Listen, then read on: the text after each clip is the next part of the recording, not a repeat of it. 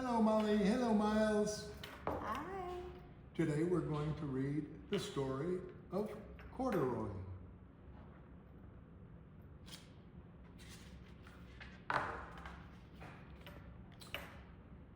Corduroy is a bear who once lived in the toy department of a big store.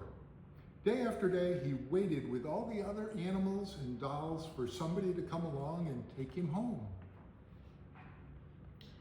The store was always filled with shoppers buying all sorts of things, but no one ever seemed to want a small bear in green overalls.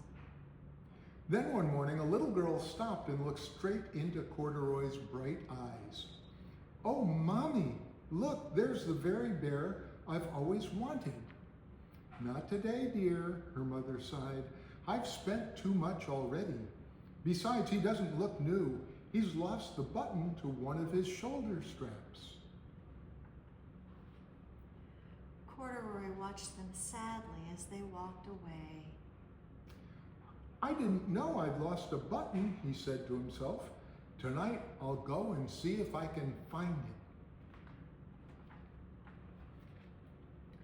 Late that evening, when all the shoppers had gone and the doors were shut and locked, Corduroy climbed carefully down from his shelf and began searching everywhere on the floor for his lost button. Suddenly he felt the floor moving under him. Quite by accident, he had stepped onto an escalator and up he went. Could this be a mountain, he wondered? I think I've always wanted to climb a mountain. He stepped off the escalator as it reached the next floor, and there, before his eyes, was the most amazing sight. Tables and chairs and lamps and sofas and rows of beds. "This must be a palace," Corduroy gasped. "I guess I've always wanted to live in a palace." He wandered around admiring the furniture. "This must be a bed," he said. "I've always wanted to sleep in a bed." And up he crawled onto a large, thick mattress.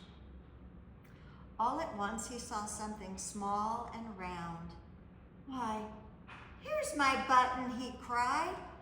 And he tried to pick it up, but like all the other buttons on the mattress, it was tied down tight. He yanked and pulled with both paws until pop! Off came the button, and off the mattress Corduroy toppled. Bang! Onto a tall floor lamp. Over it fell with a crash. Corduroy didn't know it, but there was someone else awake in the store. That night, the watchman was going his rounds on the floor above. When he heard the crash, he came dashing down the escalator. "Now, who in the world did that?" he exclaimed. "Somebody must be hiding around here." He flashed his light under and over sofas and beds until he came to the biggest bed of all. And there he saw two fuzzy brown ears sticking up from under the cover. "Hello," he said. "How did you get upstairs?" The watchman tucked Corduroy under his arm and carried him down the escalator and set him on the shelf in the toy department with the other animals and dolls. Corduroy was just waking up when the first customers came into the store in the morning. And there, looking at him with a wide, warm smile, was the same little girl he'd seen only the day before. "I'm Lisa," she said, "and you're going to be my very own bear.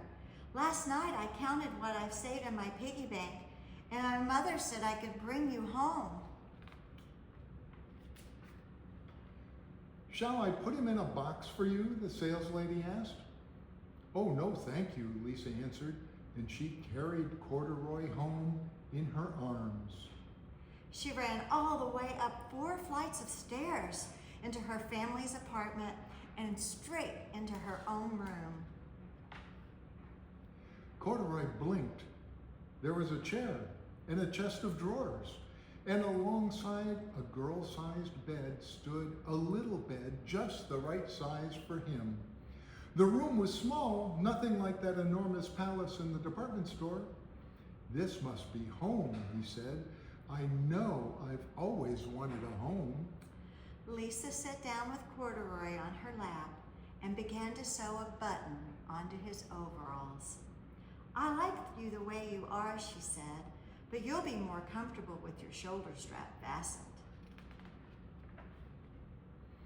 "You must be a friend," said Corduroy. "I've always wanted a friend." "Me too," said Lisa, and gave him a big hug. And that's the story of Corduroy, the teddy bear. By Don Freeman. We love you. We love you. Bye-bye, sweet peas.